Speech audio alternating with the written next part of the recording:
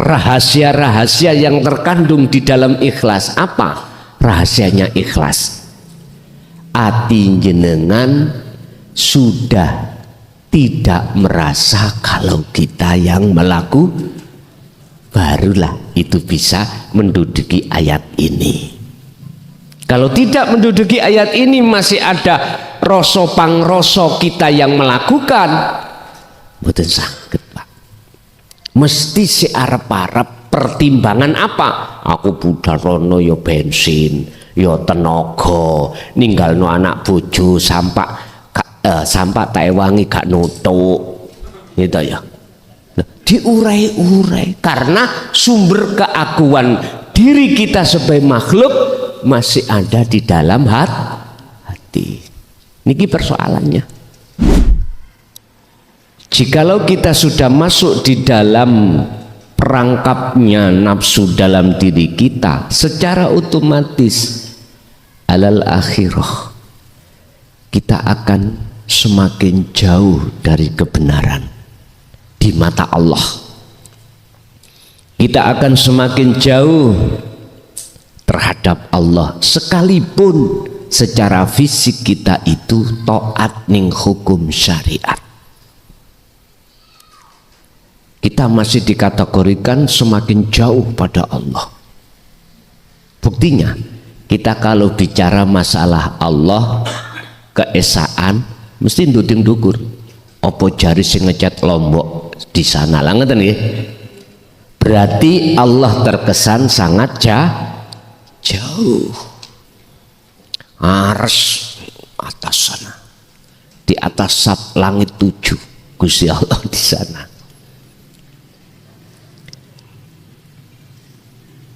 Dan itu sebagai proses kita sebagai manusia mayoritas seperti itu.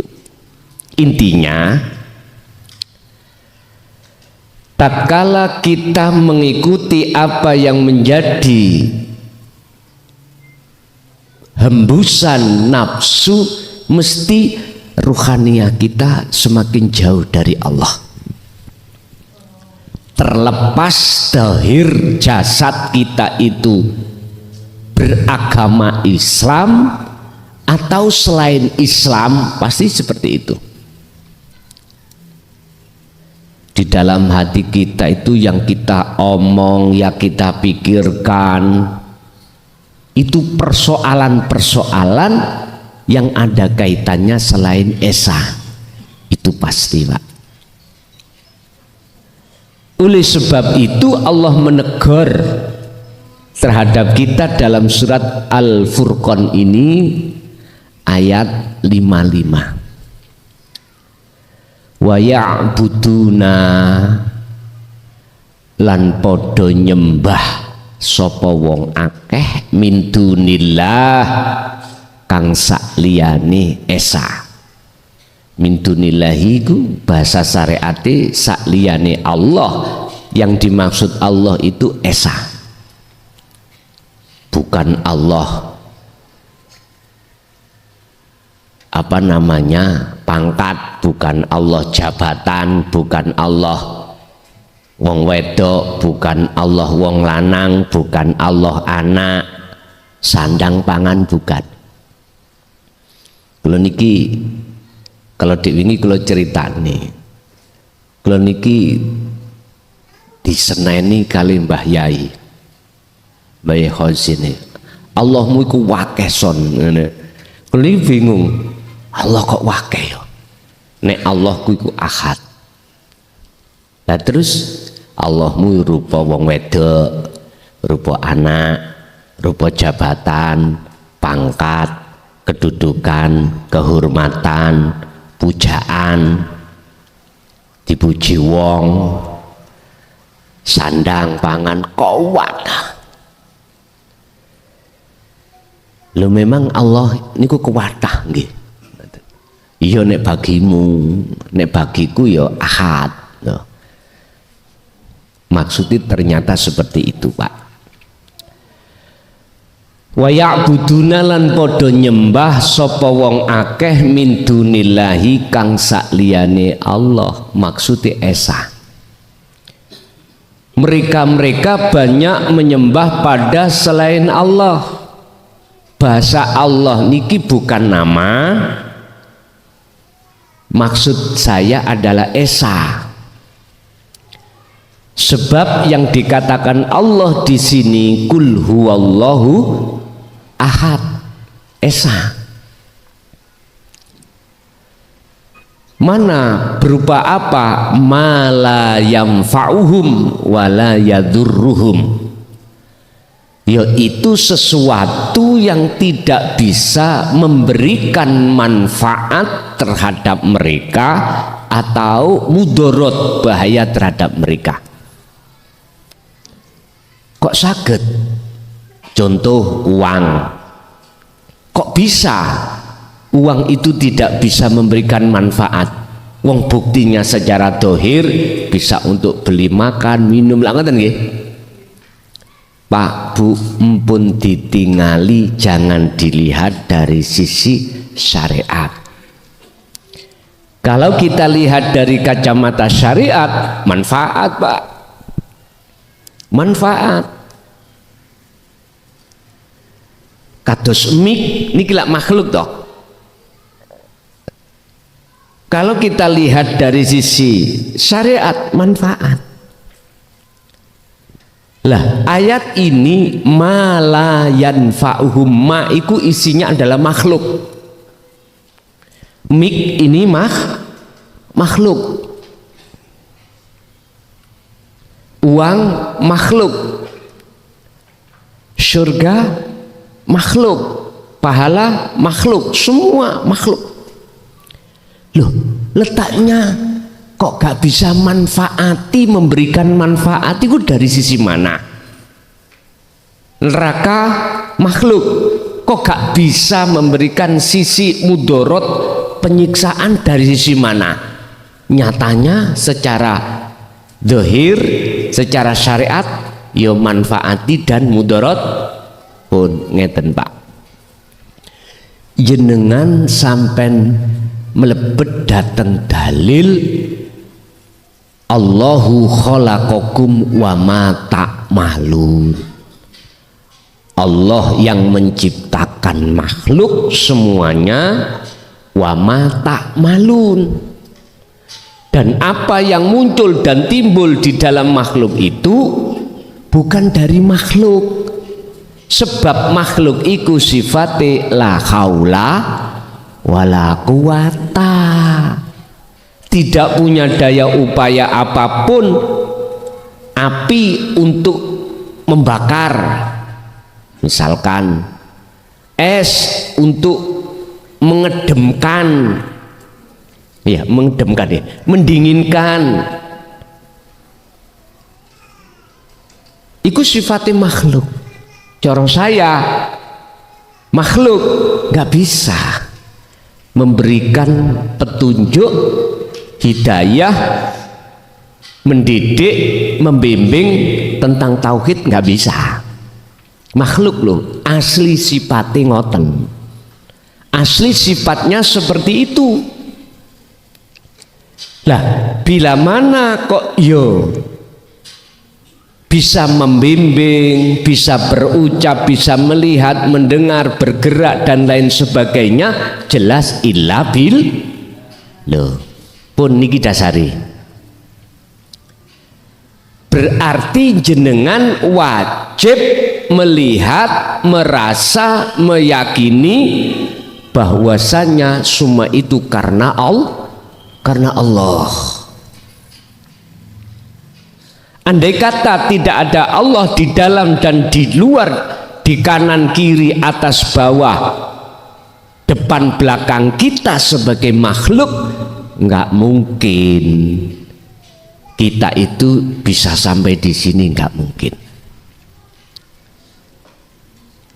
Kita harus melihat dari kacamata hakikat aslinya, baru ketemu bahwasanya ma la yanfa'uhum wa la yadhurruhum. Baru ketemu kalau selain Allah itu tidak bisa memberikan manfaat. Innaka la tahdi man ahbabta walakinallaha yahdi may yasha. Sesungguhnya kaum Muhammad, iki langsung Kanjeng Nabi loh Pak ya, tidak bisa memberikan petunjuk sekalipun itu orang dekatmu, tetapi yang bisa memberikan petunjuk adalah Allah Subhanahu wa ta'ala di dalam diri baginda Rasul.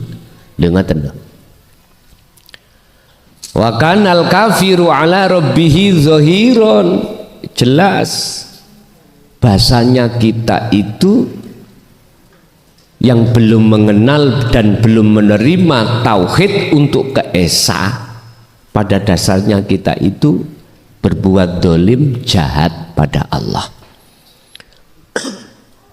Oleh sebab itu akhirnya Allah bertindak begini Pak dalam ayat berikutnya, wa ma arsalnaka, lan ora bakal merentah ingsun Allah esa ka ing sira Muhammad makhluk illa mubasyiron, kecuali untuk membawa kabar baik. Mubasyiron ini isinya adalah ajaran dinut tauhid yang dibawa oleh Kanjeng Nabi, supaya umat ini bisa kembali ke agama asalnya, yaitu esa, supaya umat manusia ruhaniyah itu bisa kembali ke Tuhan yang sebenarnya Tuhan, yaitu esa. Urusan nama terserah, Islam lewat nama Allah, Nasrani Katolik lewat nama Allah, silakan. Buddha, Hindu, Konghucu sesuai nama-nama Anda, Tuhan Anda. Yang penting bagaimana Anda bisa masuk ke wilayah esa.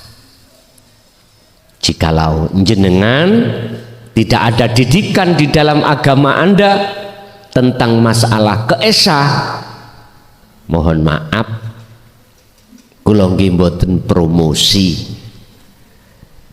Silahkan untuk mencari mana di antara agama yang mendidik ruhaniyah menuju ke esa.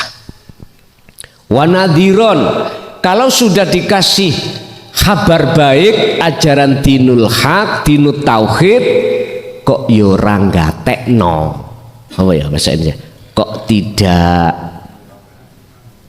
menghiraukan, cuek aja, dikarenakan sebab saking besarnya dorongan nafsu di dalam diri kita. Wanadhiron, ayatnya berikutnya peringatan. Aku tidak mengutus kaum Muhammad kecuali membawa kabar baik dan untuk memberikan peringatan terhadap umat manusia.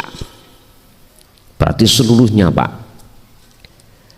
tidak wong Islam, tidak wong Nasrani, Hindu, Buddha, tidak, semuanya umat manusia. Kalau sudah dikasih wanadhiron, peringatan, awas, hati-hati. Nanti jikalau masih tetap ketika saat diperingatkan, a'anzartahum am lam tundirhum la yu'minun, maka otomatis yang esa itu akan mengunci terhadap hati kita. Khotamallahu ala qulubihim, hati kita akan dikunci oleh Allah. Kalau sudah dikunci, nggak ada harapan. Inilah yang kumaksud orang-orang sadarnya ketika saat menjelang ajal baru sadar, sementara waktu sudah tidak ada untuk bertobat, tinggal penyesalan. Qad khasiral ladzina kadzdzabu biliqa'illah. Sungguh sengsara bagi orang-orang saat di dunia itu mendustai alias tidak mau untuk bertemu terhadap Allah. Lima tujuh. Katakan Muhammad, sudah kau peringat, sudah kau kasih kabar baik, ajaran dinut tauhid sudah kau sampaikan, umat manusia sudah mendengar, bahkan sampai dia tidak mau, bahkan dia menolak, apalagi ada yang menghujat. Wa nadhiron, peringatkan. Kalau sudah kau peringatkan, katakan, kul, katakan Muhammad, ma as'alukum, aku iki gak njaluk apa-apa. Rasulullah, ma as'alukum, saya tidak minta apa-apa terhadap dirimu, alaihi, ing ngatasi opo jerih payah yang kusampaikan ini, min ajrin, nyatane saking opo buruane mau. Ngoten lho, ibarate cara kiai ngaji gak arep-arep bayaran, artinya nek gak dibayari hatinya gak oleh ngerundel, gak iso Pak, mesti ngerundel kalau tidak ikhlas. Wong diwenehi keliru amplopan ae ngerundel kok, apalagi gak blas. Iki panitiane lali ta ya apa, tak ententeni lagu lungguh suwe ora di salam-salamke. Nyun sewu Pak, niki menghitopi Kanjeng Nabi. Ma as'alukum alaihi min ajrin, aku gak njaluk apa-apa, upah tidak.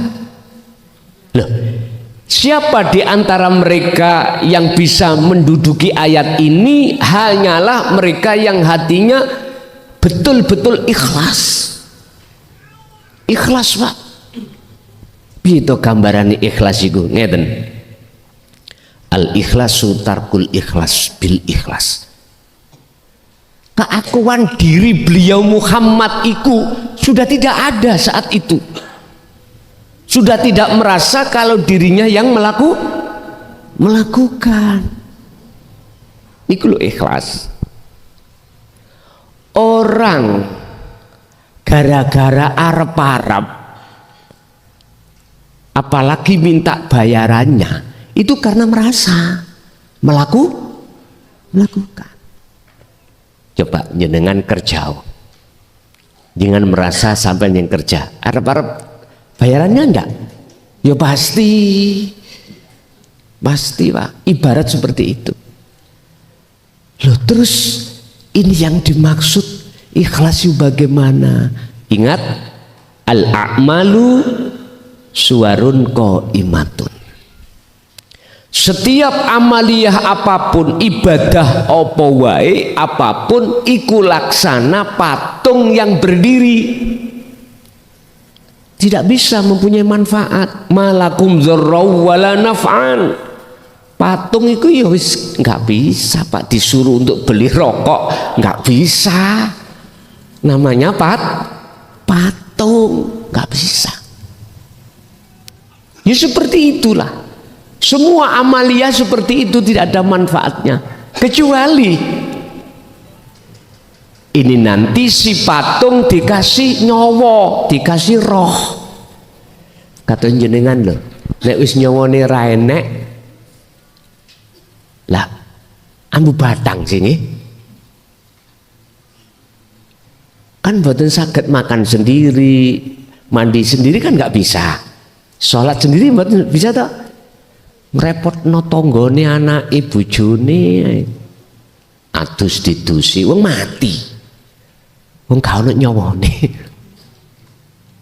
Ngono iku ya dimaklumi, maklum jane wong mati kok disuruh budal sendiri nang makom ya mboten saged, tidak bisa, maklum karena mati. Lah apa, bagaimana caranya ruh itu tidak seperti patung, artinya bisa bermanfaat? Wa arwahuha, harus dikasih roh. Apa rohnya amal itu? Wa arwahuha wujudu siril ikhlas fiha indalem amal. Rohnya amal adalah ikhlas. Rahasia-rahasia yang terkandung di dalam ikhlas apa? Rahasianya ikhlas. Ati jenengan sudah tidak merasa kalau kita yang melakukan, barulah itu bisa menduduki ayat ini. Kalau tidak menduduki ayat ini, masih ada rasa pangrasa kita yang melakukan, mboten saged Pak. Mesti si arep-arep pertimbangan apa? Aku budharono ya bensin, ya tenaga, ninggalno anak bojo sampai tak ewangi gak nutuk gitu ya. Diurai-urai karena sumber keakuan diri kita sebagai makhluk masih ada di dalam hati. Niki persoalannya. Jadi mboten saged dan tidak bisa kita yang belum masuk di wilayah itu disuruh untuk ikhlas, nggak bisa Pak, nggak bisa. Bon. Illa man syaa ayattakhidha ila rabbi sabilan, kecuali kata Rasulullah, hanyalah mengharapkan dirimu supaya berjalan di atas jalan Allah. Esa maksudnya supaya ruhaniah jenengan kali kula estu menyembah kepada yang esa. Ngoten maksudnya di atas jalan Allah. Lah berbicara tentang jalan Pak, ini umumnya ngomong thariqah. Oke, jalan itu thariqah. Ini ada dua. Ada ruhaniyah itu berjalan di atas jalan nafsu. Tandanya apa? Segala hal ibadah murni atau tidak murni, hati kita merasa kita yang melakukan. Yes, inilah nafsu. Mesti ada tendensi Pak, Bu. Siapapun kita, kalau awalnya keakuan diri makhluk ini yang muncul, ya inilah yang disebut nafsu, maka otomatis pasti ada tendensi, pasti siapapun kita. Dan inilah tetanda kalau kita belum sesungguhnya menyembah terhadap yang esa, belum. Kita masih nama Pak, menyembah nama, menyembah sifat atau menyembah zat, belum menyembah yang sesuatu yang tidak bisa disebut, yang dalam Al-Quran disebut ana, belum bisa, belum keesa masalahnya. Jadi tetap masih ada tendensi. Jasad kita melakukan amal berbentuk apa? Contoh iki musim haji Pak ya, korban. Oke, tingkat makom kita sebagai manusia itu kadang masih ingin dipuja orang, masih krono menungso, masih ingin dilihat orang. Kalau saya bisa berkorban, kalau saya punya segala-galanya, ini makom kita yang di situ. Ada makom kita di atas itu Pak. Karena manusia sudah tidak ada, tapi masih ada tendensi supaya kita dijauhkan Allah dari makhluk yang menyiksa, yaitu neraka. Supaya kita dimasukkan Allah di dalam makhluk yang menyenangkan, yaitu ikut juga makhluk. Masih tendensi, belum ikhlas nih, belum dikatakan ikhlas sesungguhnya, belum. Lah kilahuma madmumun, kata Allah keduanya ini diino apa dipaido Gusti Allah, apa dipaido ya, dicaci Allah. Artinya apa? Makomu ilu naiko, Hei makom sing nomor siji naiko yang nomor dua. Hei yang nomor dua naiko yang nomor tiga. Yang nomor tiga adalah lillahi ta'ala. Lepas sudah, itu ikhlas. Tapi Gusti Allah mboten meksa. Wis sakarepmu, seenakmu, semuanya pun punya resiko masing-masing. Monggo terserah. Jadi Rasulullah cuma satu Pak olehnya menyampaikan supaya kita sebagai umat ruhaniyah kita betul-betul kembali ke Esa. Yang asalnya kita di Esa waktu dilahirkan sampai batas akil balik, setelah akil balik ke atas pun pindah Esa nih. Nyembah kita pindah hati ini. Loh, melihat kondisi umat ruhaniyahnya gelap, inilah akhirnya Rasulullah diturunkan untuk memberikan kabar baik, yaitu ajaran untuk pelepasan dari alam yang gelap gulita, alam yang kita masih menganggap Allah itu gaib, Allah itu tidak nyata. Minad dzulumati ilan nur, supaya menuju alam terang, yaitu nyatanya yang dimaksud Allah itu yaitu disebut Esa. Itu bagaimana buat mek sitok tok iki.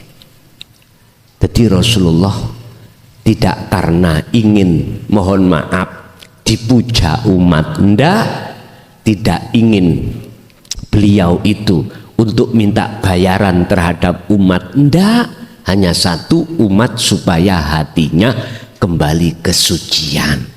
Asalnya suci, sebelum dipaksa Allah kembali ruhaniyah, itu biar suci terlebih dahulu. Jikalau tidak, maka jenengan kalikula ruhaniyah akan disucikan di dalam neraka, bahasa syariat, yaitu maksudnya.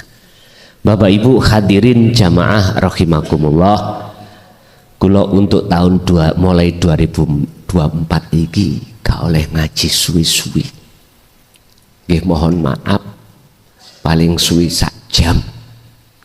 Itu kok maksudnya Allah pripun is kula manut mawon. Mungkin yang tahu kan cuman Allah. Kula pun ngira-ngira nek kula meken tok. Mungkin titik jelas paham lebih baik diamalkan daripada wakeh ngembaulang, gitu. Sedikit kita terima, kita amalkan daripada wakeh gak kober wis kakean. Tapi tetap yang namanya tanya jawab itu masih diadakan. Cuman mohon maaf, tanya jawabnya itu terbatas juga. Laki-laki 3, perempuan 2. Perempuan kalau nggak ada dikembalikan ke laki-laki. Bapak Ibu, kesimpulannya oleh karena hati kita manusia dalam keadaan gelap gulita, maka Rasulullah diturunkan Allah untuk membawa ajaran, yang ajaran itu untuk menyelamatkan ruhaniyah kita, untuk mengembalikan ruhaniyah kita yang asalnya itu suci, terus hati kita kotor, biar suci kembali. Itulah bentuknya menyembah ke Esa.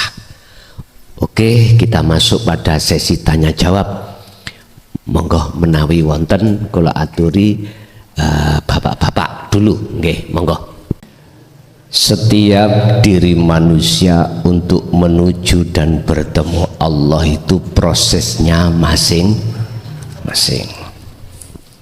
Allah memproses terhadap hambanya untuk mendapatkan cahaya makrifat. Dengan cahaya makrifat itu bisa menghantarkan makrifat pada Allah. Itu prosesnya, sejarahnya, kisahnya kadang juga berbeda-beda. Nurun ala nurin yahdillahu linurihi mayyasha. cahaya makrifat itu yang Allah berikan terhadap hambanya yang dikehendaki. Wa minhum minal mukhlasin. Hamba yang dimaksud di sini adalah hamba yang dipilih.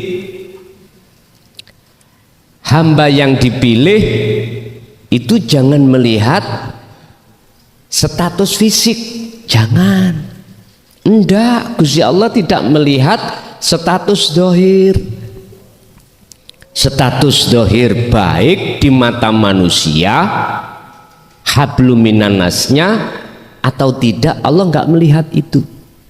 Sebab innallaha la yanduru ila suwarikum wa amwalikum. Gusti Allah tidak melihat status dohir jenengan iki di mata manusia dikatakan orang baik mata manusia ataukah orang berada. Allah tidak melihat itu. Walakinnallaha yanduru fi qulubikum. Tapi Allah melihat status hati jenengan. Sebab tidak semua Pak Bu apa yang dikatakan Rasulullah di jalur ahad hamba manusia itu mau nerima. Tidak semua. Bahkan banyak di antara kita yang tergolong ahli hikmah, ahli karomah, ahli syariah itu menolak.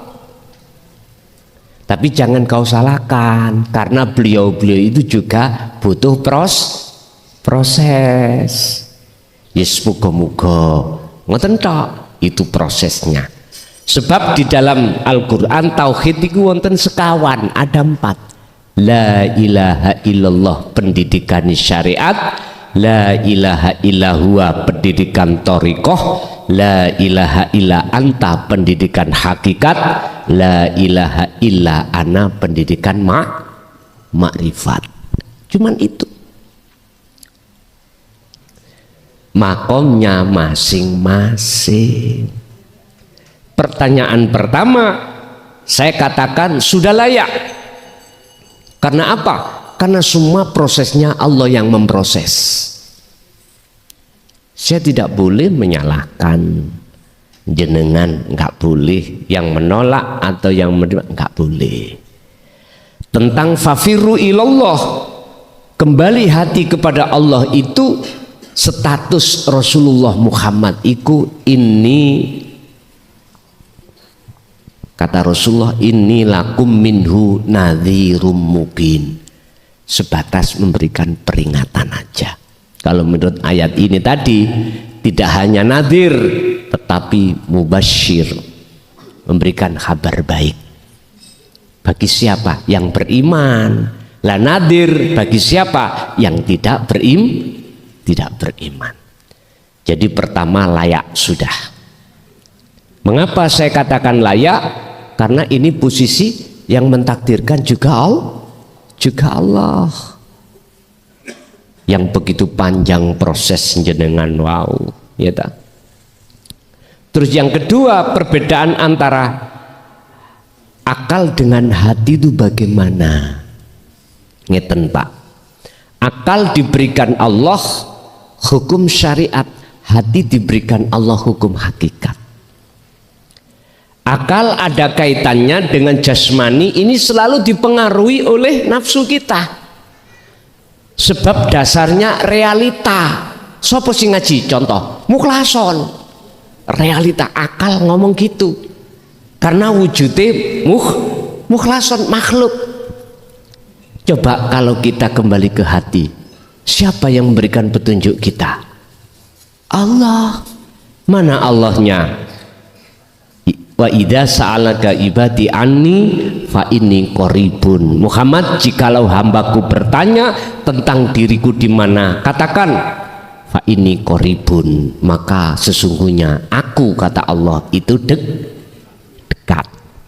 Berarti yang bisa memunculkan petunjuk tadi hanyalah hanya Allah. Umpama biar imbang, jadi kami manusia dijadikan sebagai lintasan mawon, tapi aslinya semuanya Allah. Sama dengan masalah syafaat, Rasulullah itu dijadikan Allah sebagai lintasan syafaat Allah. Jadi Rasulullah yang dipilih sebagai di antara Nabi dan Rasul untuk menerima syafaat, dan syafaat itu diberikan terhadap umat. Sebab syafaat itu sesungguhnya kul lillahi syafa'atu jami'an, katakan Muhammad, syafaat itu milik Allah semuanya. Lah, mengapa terjadi pada baginda Rasul? Karena Allah mengizini terhadap Muhammad itu syafaat diberikan kepada para umat yang siapa? Yang fattabi'uni, kata Rasul, yang mengikuti ajaraku. Ajaraku. Jadi akal itu cenderung terhadap yang dipikir itu masalah selain Allah. Kalau hati cenderung yang dipikir masalah Allah. Intinya Bapak Ibu, akal didasari dengan hukum syariah, hati didasari hukum hakikat. Jikalau kedua-duanya ini selaras, maka itulah yang disebut fid dunya hasanah wa fil akhirati hasanah. Inilah sistem wasilun. Untuk yang ketiga sing jawab nggih jamaah wau sing ono rombongan nggih. Monggo tiang jaler tasik wonten, tiang istri katur setunggal. Nek istri mboten enten kula sampai akan datang tiang jaler. Monggo tiang jaler. Assalamualaikum warahmatullahi wabarakatuh. Waalaikumsalam warahmatullahi wabarakatuh. Kula Beni saking Rangka.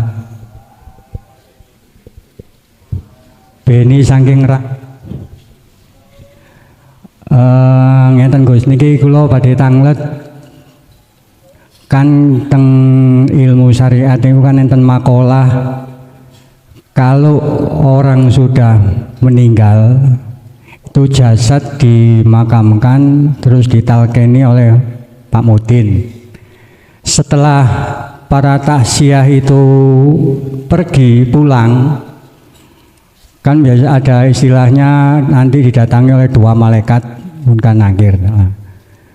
Niku hakikatnya terus pun Gus, niku apa niku ngoten apa niku terus pun di mohon pencerahnya ya. Terus yang kedua, di saat kula niki badhe kolwat, niku kadang-kadang muncul wis engko ae kolwate jam sakmenten jam misalnya pun kula rencana jam 12 tiba-tiba wis engko ae jam setengah 1 jam 1. Nah, apakah itu proses atau nafsu yang muncul? Mohon Gus untuk tips supaya untuk pemantapan iman kula. Matur nuwun. Assalamualaikum warahmatullahi wabarakatuh. Waalaikumsalam warahmatullahi wabarakatuh. Terkait masalah malaikat mungkar nakir, saya sarujuk di dalam ajaran syariat itu, kalau orang yang sudah meninggal terus ditalkin terus ditinggal takziah pulang, malaikat mungkar nakir hadir nakoni marrobuka dan seterusnya. Niku hakikati nopo jenengan boten krasa nggih. Boten krasa jenengan dihadapkan Allah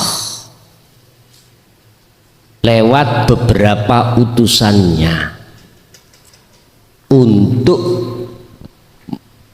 mengenalkan dan memerintahkan kembali ke Ahad. Pak Mudin niku lah kan murui itu Pak ya. Apabila si fulan nanti kau didatangi malaikat mungkar nakir dan bertanya marrobuka, siapa Tuhanmu? Jawablah Allahu Rabbi, Allah iku Tuhanku. Ngaten. Bapak Ibu, sebetulnya kita dididik oleh guru-guru akhirat kita untuk mengenal terhadap ahad. Sebetulnya itu kita ditalkin. Sebetulnya itu menuju ke ahad loh ya. Menuju sebetulnya Allah itu siapa sih? Yang mana? Dikasih petunjuk bil huda wa dinil haq. Itu kita ditalkin. Sebetulnya kita sudah dikasih tahu. Niki tercantum di dalam surah Az-Zumar ayat 17-18 kalau nggak salah. Alladzina yastami'unal qaula. Mereka-mereka itu telah mendengarkan ajaran Rasulullah di jalur dinut tauhid. Mendengarkan. Terus di situ juga ada golongan wayattabi'una ahsanahu, mengikuti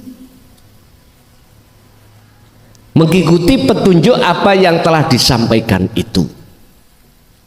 Maka selanjutnya dia mengamalkan berbentuk kholwat dalam rangka bertemu cara thariqah suluk nuju wusul pada Allah. Udah, kalau sudah dong nyatane Allah ya iki, maka tidak akan malaikat besok secara syariat nakoi sampean. Oleh ditakoi sebabin jenengan iki dereng semerap, dereng kenal, belum kenal. Tapi jenengan kalau sudah tahu dan sudah kenal, nggih malu ta? Mungkar nakir iku malu. Sing arepe tak takoki wis seru he. Niku politike Abu Nawas lah ngoten nah.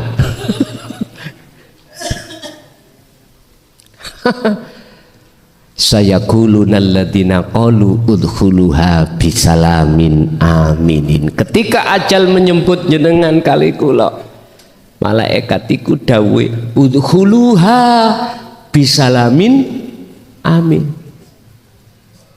Udkhuluha, masuklah kau ha ing rahmat bisalamin aminin, dengan selamat santau.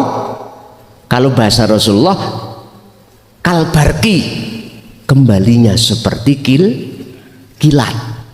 Seperti itu. Karena apa? Waktu di dunia jenengan sudah sering sowan Allah dan bertemu Allah. Waktu sholat bertemu, waktu jenengan wiritan bertemu, waktu jenengan makan bertemu, waktu jenengan zakat, puasa, haji bertemu. Jadi sudah tidak asing. Di sini dikuatkan di dalam surah Al-Isra ayat 72. Ya. Barang siapa saat di dunia mata hatinya sudah tidak buta pada Allah, maka pasti dia akan di akhirat tidak buta, alias terang. Niki mafhum mukhalafah daripada ayat tersebut.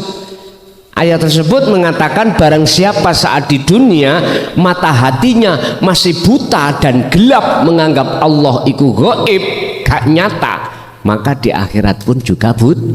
Loh niki lho pun jawabannya. Jadi hakikate malaikat mungkar nakir wau nakoi, lan jenengan napa mungkin ditakoi, wis cetok. Karena asyhadu jenengan sudah jelas-jelas ke illallah. Yang menyaksikan dan yang disaksikan itu pelakunya tunggal. Dadi weruh. Bukti nih jenengan nek ngoco nang pengilon, lak ketinggal wajah sampean dhewe ta ya. Wajah sampean dhewe. Berarti yang melihat Allah iku Allah sendiri. Setelah dalam diri jenengan lepas tutupe ati yaiku keakuan diri sebagai makhluk itu tadi pun lepas. Ingat Pak, nafsu iku ora matek-matek nek gak dina Ya Allah, iki ajazil, kasihlah saya penangguhan. 2, rekom dari jenengan izin. 1, kasihlah penangguhan saya tidak mati sampai hari kiamat.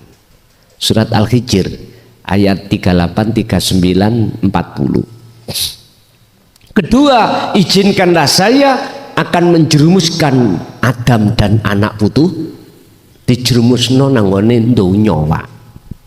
Urusan kesenangan tuh sing dijerumuskan itu bukan jasmani, rohani.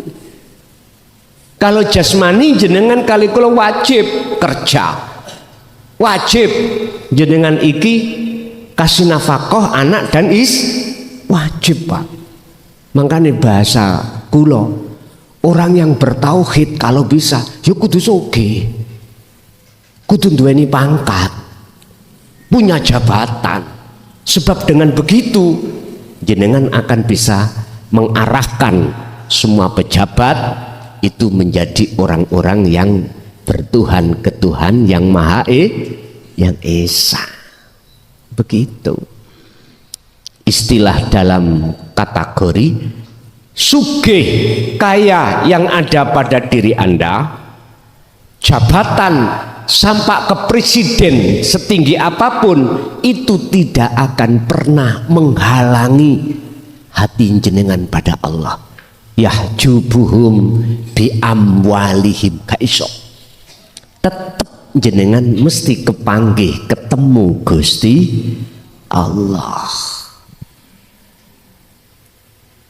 Jadi niku hakikate jenengan kali kula maksud ditakoni iku jenengan iku posisi, mohon maaf, sudah dikasih tahu sejatine Allah al-haq iku yang mana, sudah dikasih tahu ditalkin oleh Rasulullah lewat ajaran dinut tauhid. Huwaladzi arsala rasulahu bil huda wa dinil haq, ai dinut tauhid. Niki pun akhirnya sampai bisa menjawab. Bisa menjawab, oh Allah itu ki wujudnya, saya akan jawab. Tapi hal ini tidak akan pernah bisa dijawab oleh golongan makom kita di ambak, nggak bisa. Mesti nduting dokur, ares sono, mboten saged.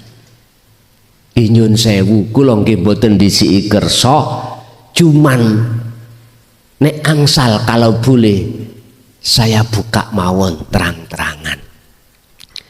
Wak mudin ngandani masih ping 1000, masih ping 1000 ya. Kalau meripat rohaniyah sampai kali kula waktu ning dunya masih buta pada Allah, boten saged.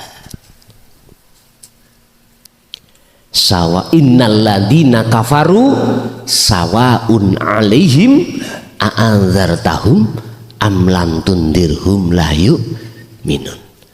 Mangkane Pak ning dunya iki ada golongan orang-orang yang wangkot.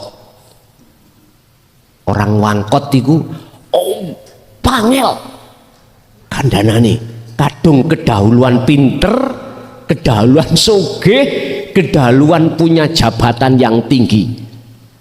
Sing ngandhani ku wong gak duwe, umure luwih enom, lebih muda, nggak akan percaya. Hikayat Abu Jahal, Abu Lahab olehnya tidak percaya terhadap beliau Muhammad ibnu Abdillah itu karena memang beliau itu wong gak duwe, orang gak punya, yatim piatu, ya toh, orang miskin, bukan golongane. Beliau kan Bani Hashim toh ya. Lah, jadi mboten purun. Sampai dalam ayat Rasulullah kok gak diutus dari golongan kita ya. Lah ngaten dah. Allah ya karim. Mboten purun. Abu Jahal niku wong intelektual, Pak. Intelektual, Abu Lahab. Intelektual, wong sugih. Lah disitulah sing saya katakan susah bukaannya itu. Laksana gini, saya jabut tanaman yang lagi muncul dari tanah, Gampang tuh Pak ya? Gampang daripada saya njabut pelem ngarep niku lho Pak. Pun rempayak kula bedhek awangel. Itu ya harus diambilkan bulldozer niku. Utawa bego ya baru saged. Bapak Ibu hadirin jamaah rahimakumullah. Jadi kita ketika saat di dunia tidak percaya tentang ajaran yang dibawa Kanjeng Nabi sampai mati sehingga hati kita kelebu masuk di dalam golongan hati yang buta pada Allah, walaupun kita kasih rekaman atau kita talkin ditalkin wak mudin ping 1000 tetep mboten saged jawab Allahu Rabbi syariate untuk saged angel Pak. Ini dunia wis ora percaya kok kalau semua ini yang berperan Allah, apalagi setelah di dunia, setelah kita tinggalkan dunia alam barzah. Mboten saged. Wis kita kan belum ngalami toh. Semua terus jarine. Lah ngono ya. Katanya. Si nyun sewu, walaupun katanya kalau sumbernya itu dari Rasulullah, sumbernya dari Quran, terserah. Fal yu'min monggo. Beriman monggo. Tidak beriman nggih monggo. Sebab la ikraha fiddin. Tidak ada paksaan untuk beriman. Ya wis sisu ayu ae diteni dewi-dewi nek mati bareng ya. Betul atau tidak? Ngoten. Hatta ya'tiyakal apa as-sa'ah al-baghdah. Ketika saat hari yang mengagetkan itu datang, barulah kita sadar. Oh iya. Mana idza jaa tatkalane datang as-sa'ah yang baghdatan yang mengagetkan, ya kematian itu baru. Berhubung waktu sudah tidak ada, matahari sudah terbit dari barat, nggak ada guna dan manfaatnya kita bertobat. Nggih niku Pak, hakikate malaikat mungkar nakir bertanya. Berarti di dunia ini kita sudah ditalkin, sudah tahu jawabannya dengan sendirinya. Jadi besok gak usah ditalkin. Ini cara syariat ditakok nih, ditalkin ya ora apa-apa. Asli nih Pak, iku nalkin jenengan kali kula yang hadir. Mengingatkan pada kita, lekaslah wa anibu ila rabbikum. Udahlah kembali kepada Allah Tuhanmu. Aslinya kita yang datang yang takziah nih loh kita sebetulnya, cuman gak diterang no Wak Mudin ya nanti ya kalau berani Wak Mudin sampean kandhan. Wak Mudin sampean tambahi, jangan si fulan tok. Ya ayyuhal hadirun, ngoten Wak Mudin, wahai jenengan saudaraku yang hadir. Loh ditalkin pisan, mboten napa-napa. Ngoten nggih. Masih ada 2 lagi Pak. Bapak-bapak masih ada 2 lagi pertanyaan. Nggih, monggo.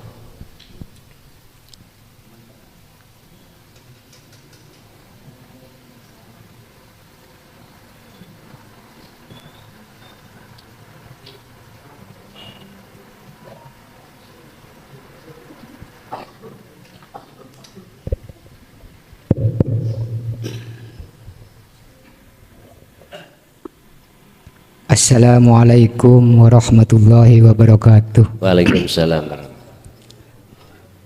Matur sembah suwun Gusti. Bahasa cilik nade Dek, bahasa cilik no. Ini saya cerita dulu ya sedikit lah Gusti ya. Pas saya itu lihat YouTube, ya lihat kontennya Gusti itu, saya ketarik langsung Gusti, ikut kholwat melalui YouTube. Saya yakin sama katanya gitu loh. Lah terus setelah itu saya siapkan air ya. Ya seperti yang Gusti itu kasih tahu itu. Lah itu Gusti, setelah itu saya langsung kholwat gitu loh. Ya setelah kholwat itu saya ingatnya seperti dulu Gusti. Dulu tuh pernah saya mengalami gitu loh. Tapi setelah saya mau berangkat, saya tuh kok mendadak ingat istri saya sama anak saya gitu loh. Yang maaf Gusti, saya tuh kalau memang kebahagiaan tuh luar biasa saya gitu loh. Setelah itu saya berangkat ke Padepokan Gusti itu pas malam tahun baru itu Gusti gitu loh. Setelah itu saya akan minta baiat sama Gusti. Setelah itu saya bilang sama Gusti saya mau mencari Allah. Lah terus saya langsung setelah dibaiat itu langsung masuk ke gua gitu loh. Lah setelah itu saya kok sampai ketiduran Gusti gitu loh. Lah saya tuh begini Gusti, dulu tuh kan pernah ngalami saya waktu punya anak 2 kecil, kalau tidak salah sekarang itu sekitaran 17 tahun gitu loh. Saya pernah ngalami tidak ada di dunia ini Gusti gitu loh. Lah setiap saya kholwat itu saya tahu itu bukan gitu loh. Karena dulu saya mengalami gitu loh. Jadi kalau mendengar ceramahnya Gusti itu saya agak kuat gitu loh. Ingin tertawa gitu terus gitu loh. Kalau Gusti itu bilang gampang nek ngomong, itu saya mesti langsung tertawa Gusti gitu loh. Nah terus saya ke depannya nanti ini bagaimana? Lah pertanyaan saya gini Gusti, apakah orang itu khalwat setelah mengalami mati, apakah bisa juga mengalami mati lagi Gusti gitu loh? Itu pertanyaan saya.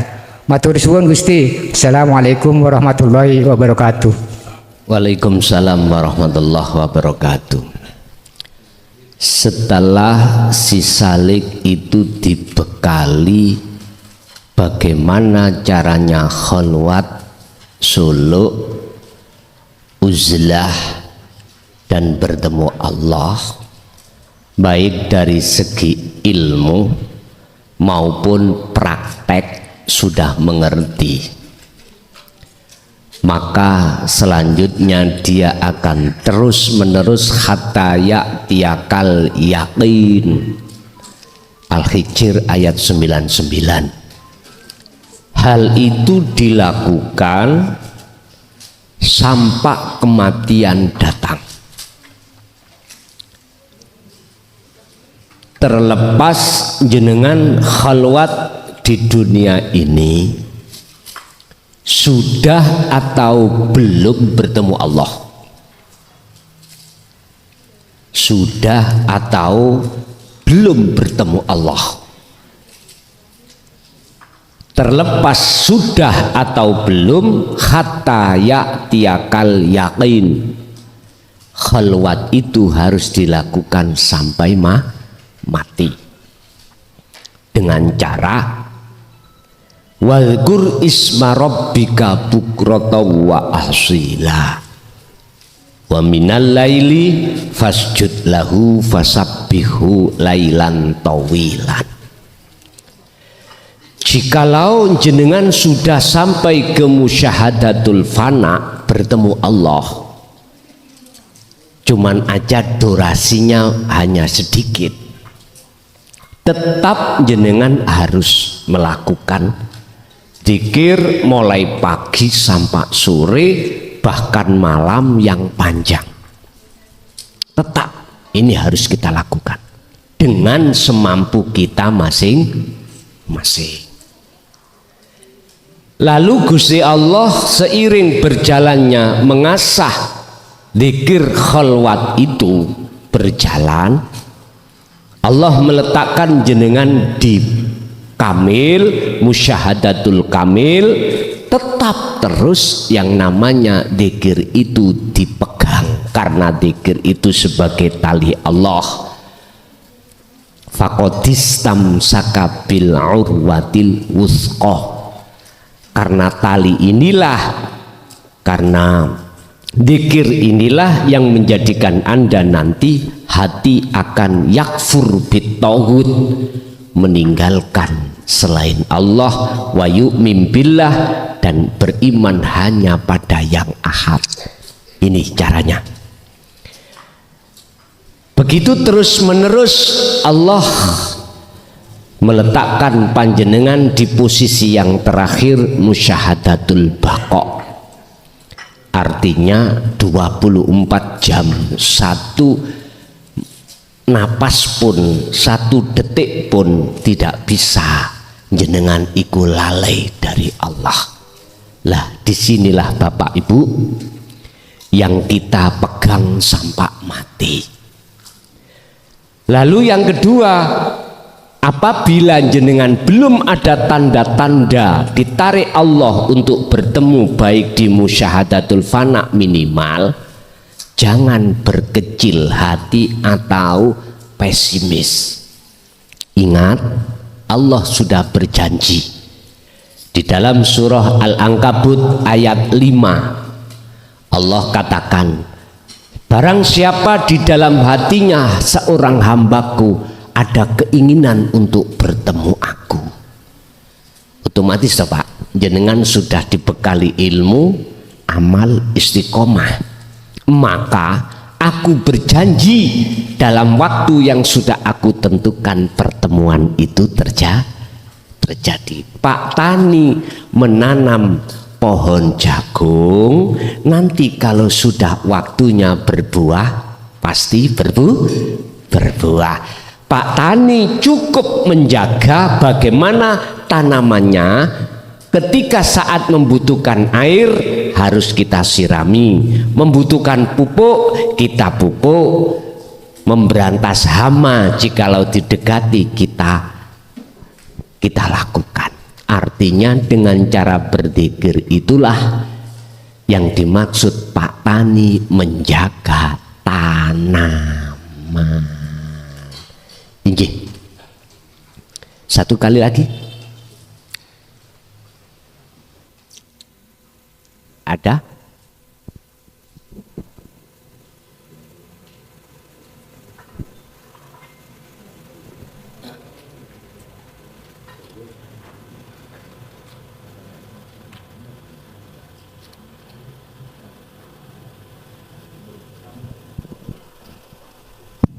Cukup? Bapak Ibu hadirin jamaah rahimakumullah, itulah apa yang telah Allah kasihkan terhadap kita. Semata-mata itu bentuk kasih sayang Allah terhadap hambanya. Mudah-mudahan menjadikan buah ilmu yang bermanfaat, barokah terhadap kita dan keluarga kita dan tetangga-tetangga kita ila yaumiddin. Lahumul Fatihah.